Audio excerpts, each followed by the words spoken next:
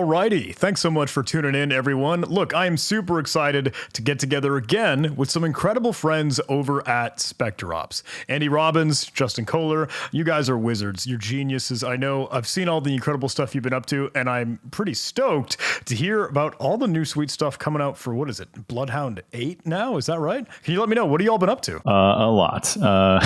So there's been a lot that we've pumped into this release. Our team at SpecterOps that's working on BloodHound and the research team, like we've exploded our engineering and research team. So like we're really excited about all the new stuff that we get to show off. We probably won't get into every bit of it because we don't have to fit it into such like a short amount of time. But I also want to just call out Andy, like version 8 is kind of crazy. You know, it's been quite some number of years since they, you know, him, Rohan and Will released BloodHound, you know, back at the DEF CON stage. Yeah. So 2016, it's been 9 years. Yeah. But this is we're super stoked. There's one in particular that we've had a lot of fun with internally, and the early reaction from the community that have been able to dig into what we call BloodHound Open Graph. They've been doing some incredible stuff, like faster than we expected to. And so I'll be happy to dig into that as well. Before we dive in, would you mind, I don't know, kind of setting the stage, letting folks know, hey, I don't know, even just zooming way out. What the heck is BloodHound? What did it start with? Has it changed now over time in history? And then, yeah, really just set that context of what do you use this thing for? What's it all about? I could maybe give like kind of like the red team perspective and my perspective on that. So like Justin said, we released BloodHound in 2016 on the DEF CON stage. Anybody who was there knows that Rohan unlocked his password manager on the projector screen at DEF CON. That was a fun moment, like top 10 DEF CON moment for me. At that time, BloodHound was basically Google Maps for Active Directory. So if I'm on the red team and I compromise a user or a computer, I want to get it to domain admin. So I'll say like I start at Jason, for example, like what we see on the screen here. And then I target domain admins in the Phantom Corp domain. And then if there is a path, if there's more than one path, we will see the shortest paths come up. Just like when you navigate in Google Maps, if I want to go from Seattle to Portland, you know, it'll say get on I-5, drive south, do this, do that. Same idea. Since then, the way the product has changed, well, one significant change is that the version of the software that we put out in 2016, we now refer to as BloodHound Legacy. And now the current free open source version of BloodHound is called BloodHound Community Edition. And we've brought in way more attack primitives, way more relationships in BloodHound for Active Directory. And then we've also brought in intra and Azure attack paths and hybrid attack paths that can go from compromising maybe a synchronized intra user and turning that into control of the on-prem user, or the other way around as well. And yeah, that's probably kind of like the 30,000 foot level view of the history of the product. Yeah, so that was like, so that's all the red team use case. Like I'm in, I need to complete my objective, whether it's getting to domain admins or global admins or something else, right? That's we get to those top level admins, and then we can do whatever we want because we are the owners of the domain or the tenant at that point. But so this kind of created another problem. We can find these paths all day, but what if you're a defender, right? What if you're a company like no penetration testing and red teaming has a specific use, and it's to, you know, test your systems, test your teams. But if you're trying to like squash all these at scale, it's not really efficient to remove like he used the map analogy earlier, like remove a road at a time, right? Like think of the United States and how many roads there are. It's very similar when you think of like identity in a modern enterprise. So that's why we created BloodHound Enterprise. We released this back in 2021 to find all those attack paths at scale and, you know, isolate your super admins, what we call tier 0 principles. So that could be like domain admins in an Active Directory environment, global admins, but there's so much more. I mean, like schema admins, key admins, privilege auth admins. Like there's so many things that people don't understand that can be used to take over and target your environment. So that's what Enterprise does for folks, and it shows them, you know, what is the problem, how can they fix it, and then shut down those at scale. So that's a delineation between the two products. Yeah, I'll be the first to admit I poked and played with BloodHound, and maybe in some of the earlier days while I was going going through, what was it? Silly, I don't know, OSCP or OSEP, some of the training certifications just to learn and get your skills sharp. But now I think it's just the go-to de facto, hey, this is what everyone will reach for literally genuinely a map and a compass. Hey, looking around in that Active Directory environment, and now so cool to see it transition from on-premise, but now keeping up with the times. Everybody moving to the cloud, whatever buzzword bingo. But no, genuinely Entra ID, and now it sounds like there's even more moving back and forth, doing up and down as you need to. So man, I am so excited. But hey, the floor is yours. I'm sorry, I'll let you take it and run. No, you're good. I think there's so much in BloodHound. Like we have a blog post that goes super in depth on like all of the new stuff. I won't be able to cover. I'm just going to cover 3. So we're going to start small, and we'll go into like a little bit bigger thing, and then we'll end on something specific for enterprise if you're an enterprise customer. But if you're an open source user or an enterprise user, one of the things that we found is the way that we represent data in BloodHound sometimes is maybe a little inefficient. And what I mean by that is when we're trying to find a path, like from a start and an endpoint, it's useful to look at that in a graph. So we looked at JSON to domain admins. And some of this built-in Cypher queries we have, so like principals with DC sig privileges, it's really easy to understand that, and we can say like, okay, what is this principal, and learn more about it. So one thing is, what if you are searching for something that doesn't have any relationships? So I'm going to find this query is looking for all users that don't have to use a password to log in. And so there's 6, but like pretend that there's 50,000 of them in a big environment, or even 500 or 50. How would you try to figure out which one of these to address first? And today, what you'd have to do is kind of click in each one of these and say, okay, who is this person? What kind of privileges do they have? It's just not very useful. Now we have a table view. So for those who are used to looking at things in more of like a table or a CSV or Excel, right? There's certain things that are just better represented by this view. So I can manage the columns that we pull into this. I can say like the level of privilege that they have enabled. Yes, exactly. The last time they logged in, so that I can get this and then download it, send that off to somebody else, drop that to CSV and send that to somebody to go work on remediation. So this seems small, but it is a hugely impactful thing for interrogating very large scale, even if you have a domain with or Azure tenant with 100 users, it's going to be a lot more useful to look at it in this view, specifically when there's no relationships between the objects. Yeah, I think it's good for remediation. I think it's also good for like red team target selection. If I've got 50 Kerberoastable users, I could Kerberoast all of them. Why not? But maybe I'm GPU limited and I need to prioritize and figure out which one is actually worth, the GPU time to spend cracking the password for that user. I could filter out and I could just say like, well, I don't want to try this against any user that is not enabled, for example. So for target selection, it can be a lot faster to go this way too.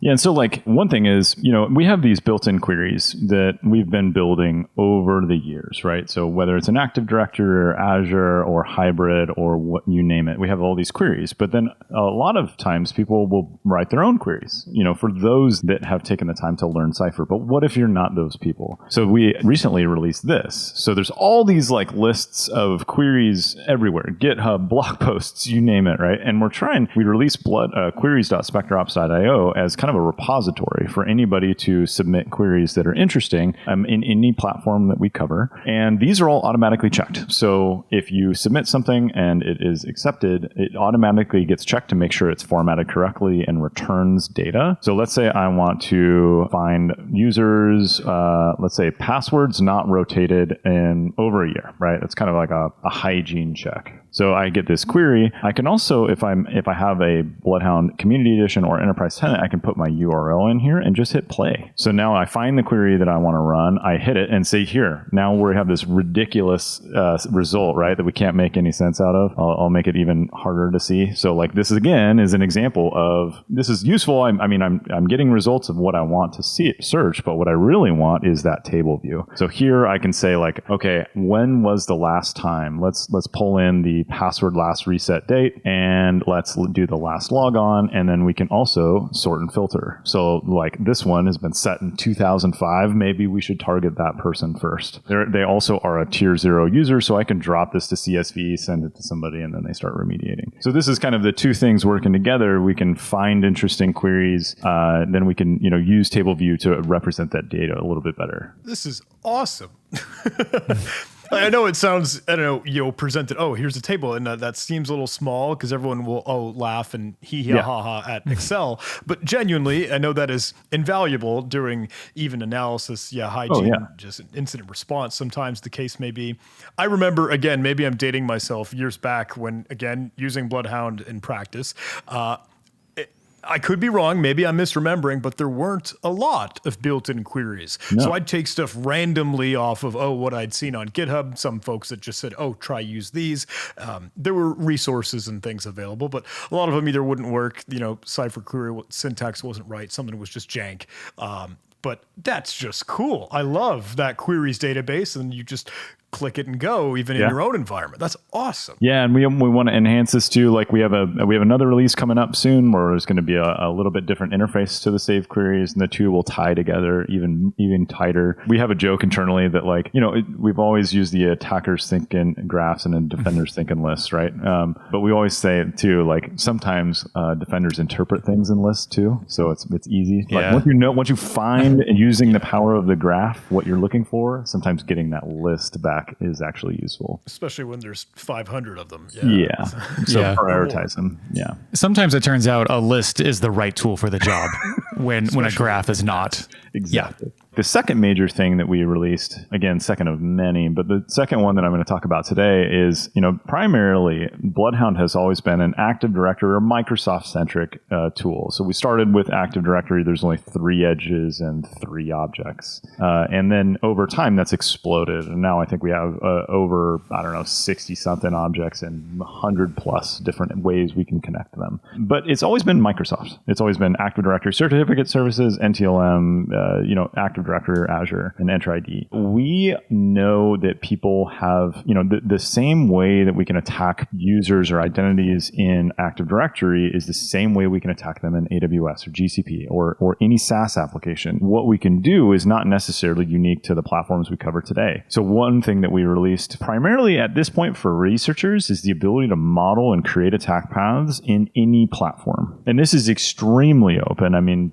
Andy has some examples that he's talked about in a recent webinar, but I'm just going to give you some examples that we have here in this database. So I have a couple custom ones. This is a 1Password vault that we've modeled out. Now this is particularly cool because we can see a user is a member of a group that has access to these different vaults, right? Now this in itself is powerful. So think of I don't know if you remember the BloodHound example where the Datadog team modeled out attack paths in Kubernetes. That was super cool. The real power comes when you can connect this to other things. And what I mean by that is, usually you're using an identity to SSO into other providers. Like I log into my machine and I have access to a bunch of different things. And so understanding that extent, if you're only modeling one at a time, you don't really get that hybrid picture or the really scary thing. Like we've bolted these things together and now what problems did we create? Fun fact, that 1Password example we did in 4 hours. So the speed at which we can do this is insane. Andy, you could probably throw out anecdotes on that. Yeah.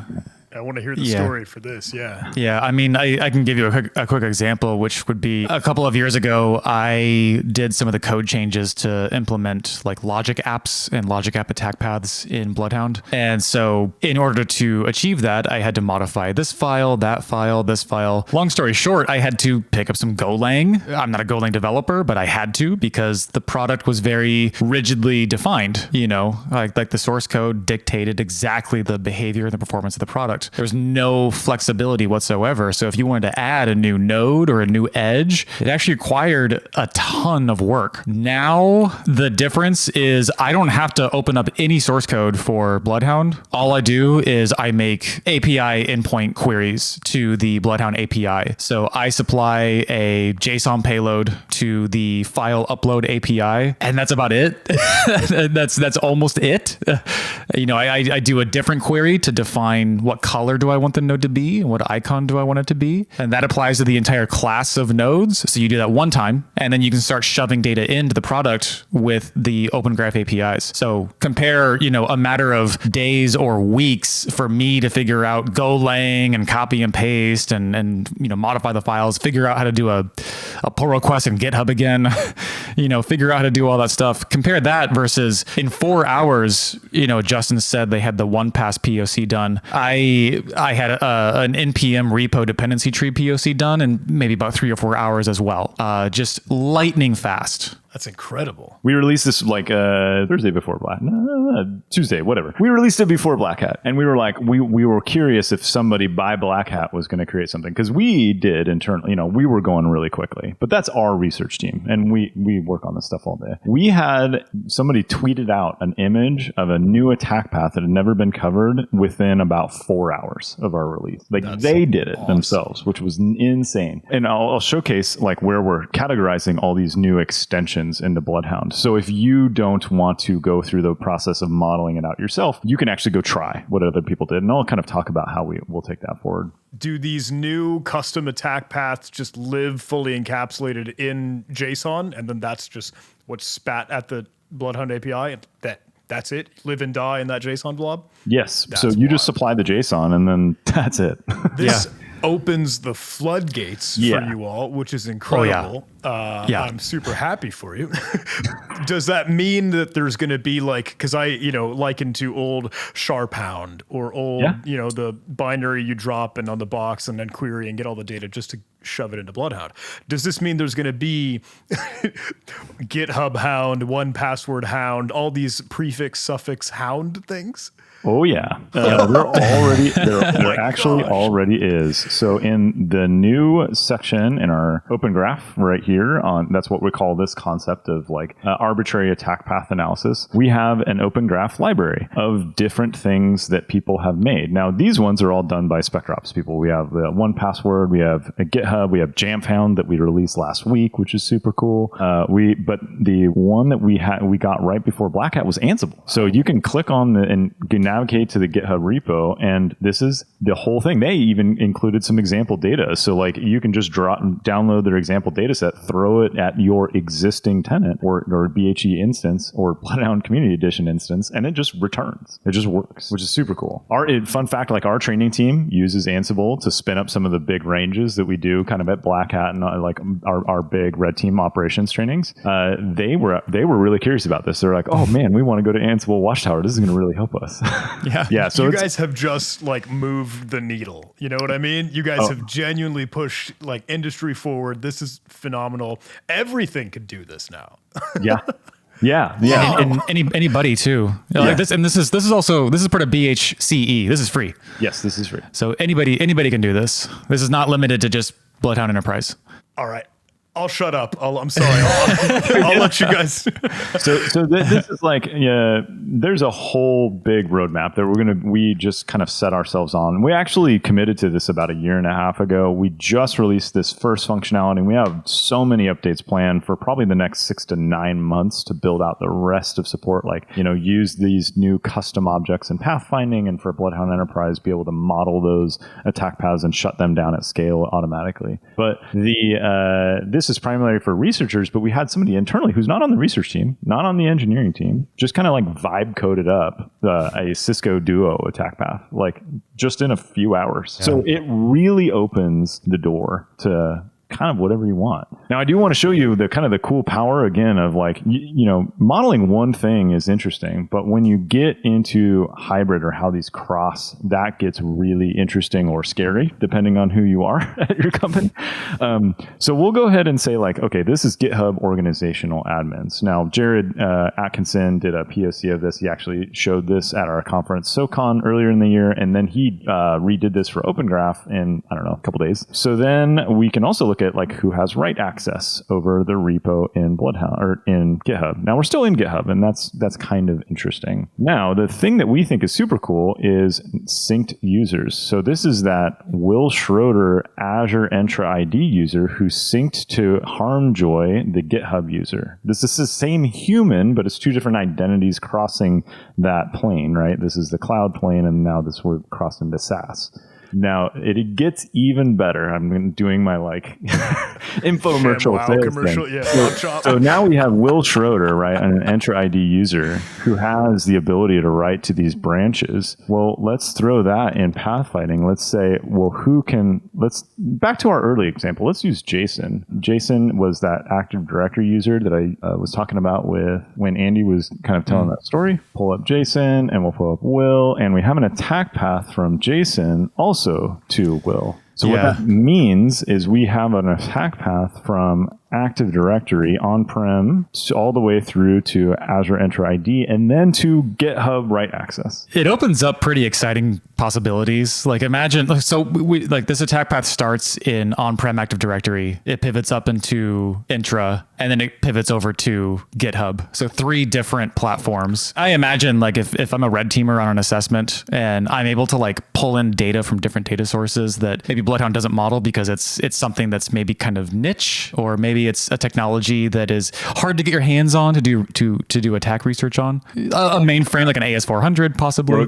or custom application, right, that they built internally. Yeah, like niche systems that are important but not that well understood, like HP Nonstop, for example. A very critical piece of technology, not that well studied, not that well understood. There's not a whole lot of like red team tradecraft around HP Nonstop. But if you're on the red team and you want to find like how can I get to my objective, why not start to like pull in the data from those different platforms, model it in such a way that, you know, an attack path could surface, put it into BloodHound, and then boom, from my initial access user to whatever my objective is there an attack path? Like that to me is a really, really exciting possibility. And this enables that possibility to be real. I don't want to sound like I'm overreacting or anything, guys. I'm not trying to like act and make this dramatized. This is just mind blowing.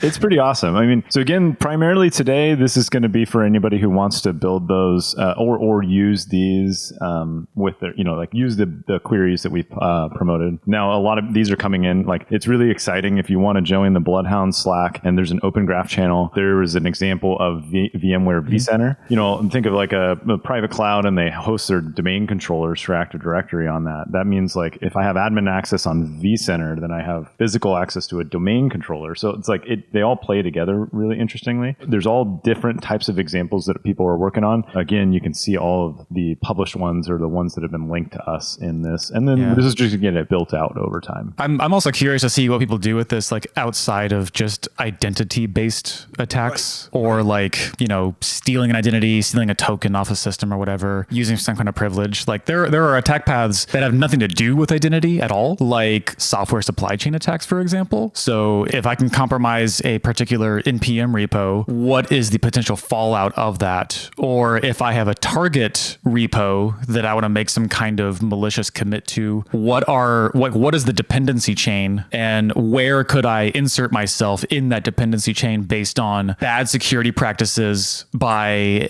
a developer somewhere that's like 8-9 degrees of separation away in a software dependency chain? That to me is a really exciting possibility. I'm not a subject matter expert with software supply chain attacks, but I know that the possibility is there for sure to map those attacks with this technique. Man, I wonder even like on the endpoint, like, hey, you're trying to think of, what's my way to Privesk? What's my way to get to one other Linux? Yep. 100%. Yeah. SSH keys. Yeah. I'm working now on Windows Privesk stuff. So what are the permissions on every task installed? The services. What about the binaries that those services start? What principles do those services start as? Maybe they start as a domain principle. Maybe it's a local principle. There's a lot of really, really exciting possibilities there on the Privesk side that that are kind of like bread and butter, pen test 101, Prevesk 101 stuff. I think there's also a really, really exciting opportunity for more, let's say, arcane or not commodity level stuff. So more advanced debugging techniques that if I have a Ghidra instance and I'm able to decompile a binary and I'm able to see like, okay, this binary actually is calling this function from this DLL over here. Okay, well, this DLL's function is actually,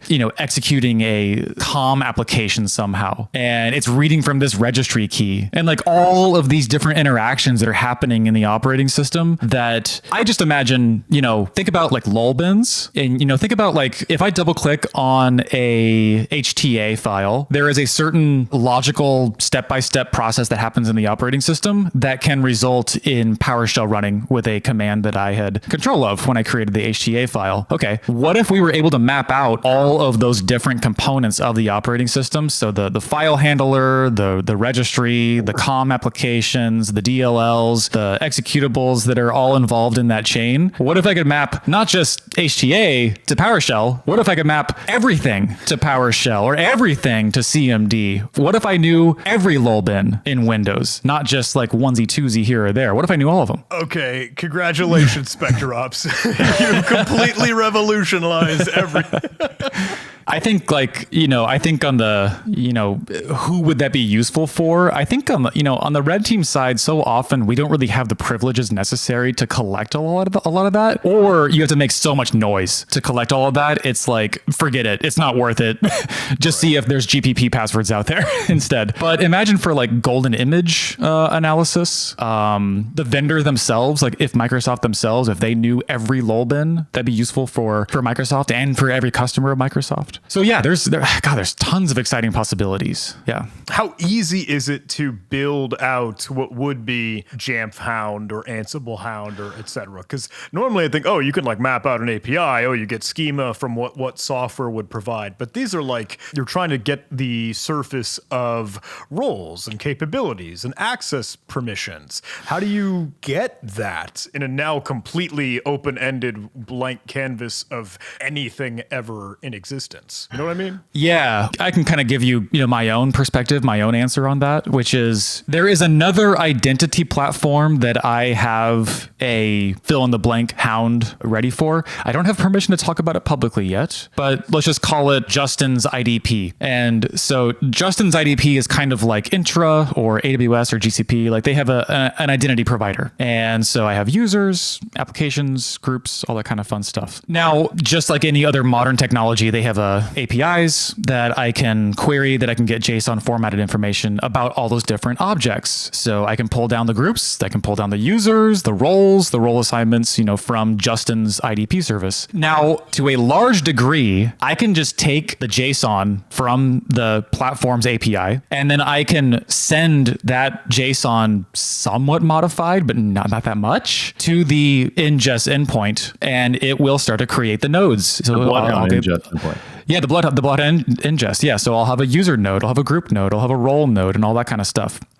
So that part is like super, super accessible, super, super easy. Where things can get a little more complicated is in the edges. So, there is another endpoint in Justin's IDP platform for pulling down group memberships. So for a given group, here are the principals that have been added to that group. That also returns JSON. But if I send that payload to the ingest endpoint, it's not really going to know what to do with it. It's naive in that way. And so I have to define, I am creating an edge, and the starting point is this node ID and the ending point is that node ID. Now, creating that payload couldn't be simpler. It is so simple. If you can, you don't even have to manipulate the JSON if you don't want to. So we have a PowerShell suite of functions. We have BH operator and we have BH open graph created by processor, aka Walter Legowski, aka JD. And so in a couple of lines of PowerShell, I can just format my nodes and my edges. So to kind of finally answer your question, John, about about like how easy is it to actually create your own fill in the blank hound. I'm a PowerShell guy, and my PowerShell proof of concept ingester or data collector for Justin IDP hound, after understanding how the system worked and after understanding some limitations about like, okay, well, group membership doesn't really matter in this circumstance and all that kind of stuff, getting to the point where I actually could sit down, write the data collector, write the ingest code, quote unquote, which is like 3 lines of PowerShell. It took me a day to write that, after studying the system and getting up to speed on the system. It took me a day. And most of that was waiting for my coffee to finish making as I was like thinking about what to do next. Like actual like hands-on keyboard, you're talking maybe 3 or 4 hours. Yeah, the guy I was talking about who threw in the Cisco, like the Duo, I believe, attack paths. He's outside of engineering, outside of research. He knew that this thing was coming, but didn't really know how to use it in any of that. And like, he's a good technical person, but again, not an engineer, not a researcher. And he, again, used like ChatGPT, or I think I used Claude to code up this thing. He knew how the users and the roles functions worked within the platform. So then he was just like, okay, how do I get it to spit it out and then put it back in the BloodHound? And then once he started seeing it, he was like, oh, that's really, so like, again, you don't have to do any of this. What you're going to see if you're just a BloodHound user and like, look, I don't have the time to figure it out, even though we're saying it's easy in perspective, you don't have to worry about it. We're going to have a lot of these in the library. We're going to have more and more. I mean, people are really excited about like all the different stuff that they're building. We're going to crank out a bunch more too. So if you don't want to experiment on your own, take a look at the library, download them, use them. And that support is just going to increase over time. It's super exciting. It's super exciting. And I think maybe the last thing I would say about it is over the years, BloodHound started, it was me, Rohan, and Will. And Rohan was the developer. Rohan is the one who actually built BloodHound. And I would, copy and paste his commits and then like make a little change to like pretend that I was making code contributions to the product as well. But it was just Rohan. And so when you have like one developer working on a thing for part-time, things take time. And, it's been true for a long time that like putting new nodes, putting new edges into the product has taken time, even for us internally, because, we have to like tear open the code base and like make changes here and there. With generic ingest, it doesn't just enable, people outside of SpecterOps to start using BloodHound for what they want to explore as far as attack paths go. It's going to make it faster for us to make improvements and additions and extensions to BloodHound. So it's like win-win-win all around. There's also like, if you are one of those researchers who want to play around with it, we have an incentive program. You can get like free, like we're thinking about having a talk track dedicated to all these new extensions at our conference in the spring. So jump in, join, talk about it, or just wait and use it when it's packaged and ready to go. Now I want to make one. Yeah, I mean, but I need the idea of like, oh, what could we map out? Man, I was so right before Black Hat was starting, I was gonna vibe code up Atlassian permissions, like Confluence, like who can see like what centers of the organization. Somebody did that also internally, but they beat me to it, and let's just say that we were like, oh man, we have a lot of permissions that are like interesting. Yeah, the last thing, and this is if now is a good point to transition, and the last thing I want to show is kind of a big update for enterprise users. So I'm going to switch over to PowerPoint deck because I'm talking to enterprise, so now I got to have a deck to explain it. So BloodHound Enterprise, we talked about this before, but like it was designed to, instead of trying to pick out one attack path at a time, let's do it all at scale. Let's find all those critical identities or those tier 0 principles, identities, resources, you name it, and then find every path that we can find, right? Every road throughout the United States, every bridge, whatever. Now we do that because we want to find those choke points, like those concentrations where we can like fix or sever millions of attack paths with one fix. Because again, we're not going to fix things by, if there's millions of them, we're not going to make any ground one by one. Now that is great. And a lot of times that's all that people need. But some organizations want to go further, right? So not just super admins, because honestly, nobody at the company cares about domain admins, except for the security team and the Active Directory team. Nobody cares. What they do care about is data or IP or you name it. Like if your PCI processing goes down. So how can I understand how that stuff can be attacked? Well, that's why we just released this concept called privilege zones. So you can actually arbitrarily create classes of identities and resources in a BloodHound Enterprise instance and then model all the attack paths to that. Because attack paths are just the violations of segmentation of privilege or least privilege. The goal of least privilege is to make sure that like I as a regular user can't like take over the bank's information. And so this makes sure that that's not possible by understanding how all those obscure privileges in, yes, Microsoft, but again, Open Graph, anything you think of can collide and give me as a user access to things that you don't want me to have, or an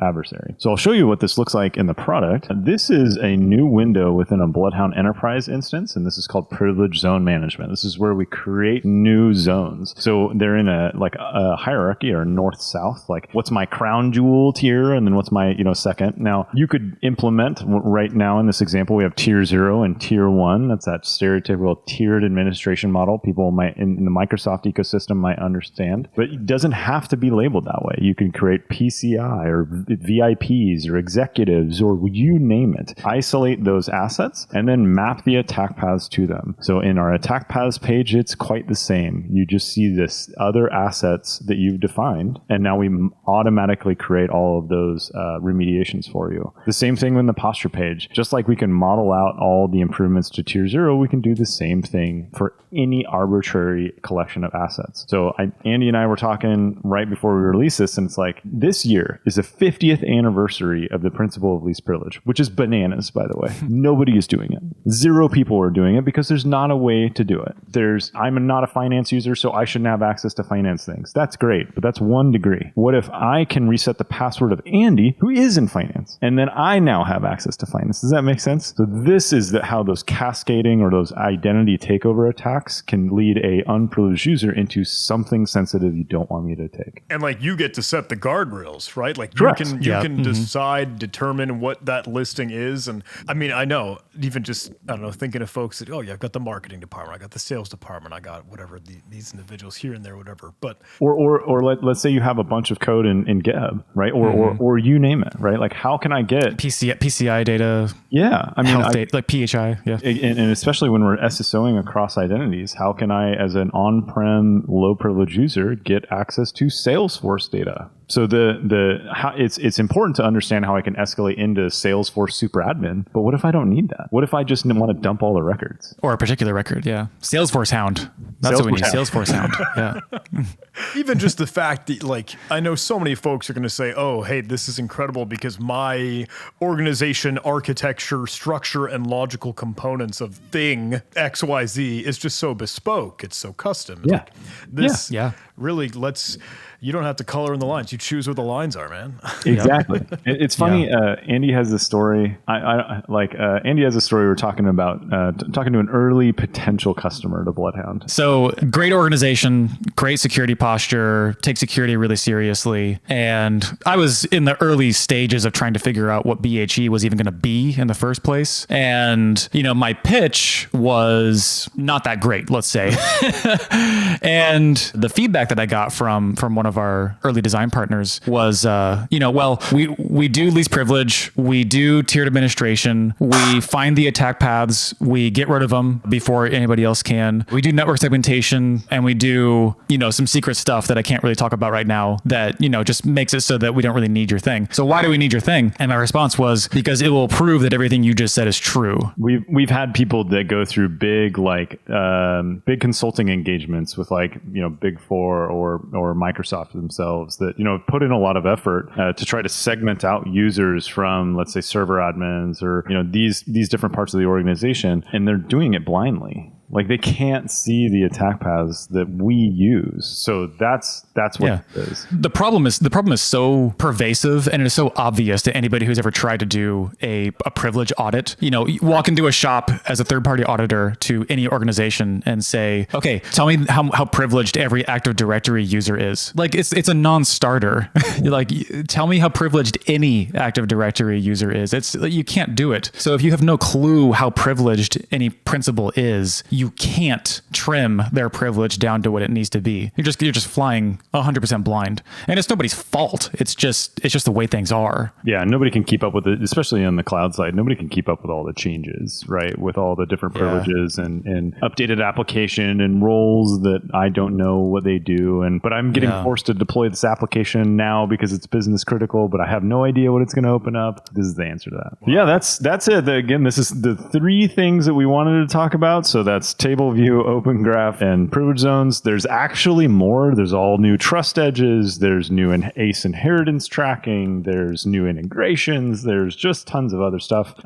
So if it's been a while since you looked at BloodHound, or if you're a user, make sure you get that new update because it's pretty significant. We'll be sure to link the blog post and maybe hopefully get some visuals up on the screen to be able to showcase some of those. But I mean, everything that we've got a chance to chat about and see here and now, it seems like Privilege Zones is the only one with a little bit of a, I don't know, a charge, cost, paywall. Oh, yeah. Everything Yeah, else that we've discussed is still free in Community Edition. That's right. Correct. That's right. Yep. That's right. So the automatic attack path analysis and the privilege zones where you can isolate different things, that's all enterprise, but the ability to explore new and interesting platforms and the ability to represent it in a table or look at those ACE inheritance that I was talking about, all of that's free. Like Jam Found and you name it Hound and Huntress Hound when John builds it, that'll be free. Free and open source.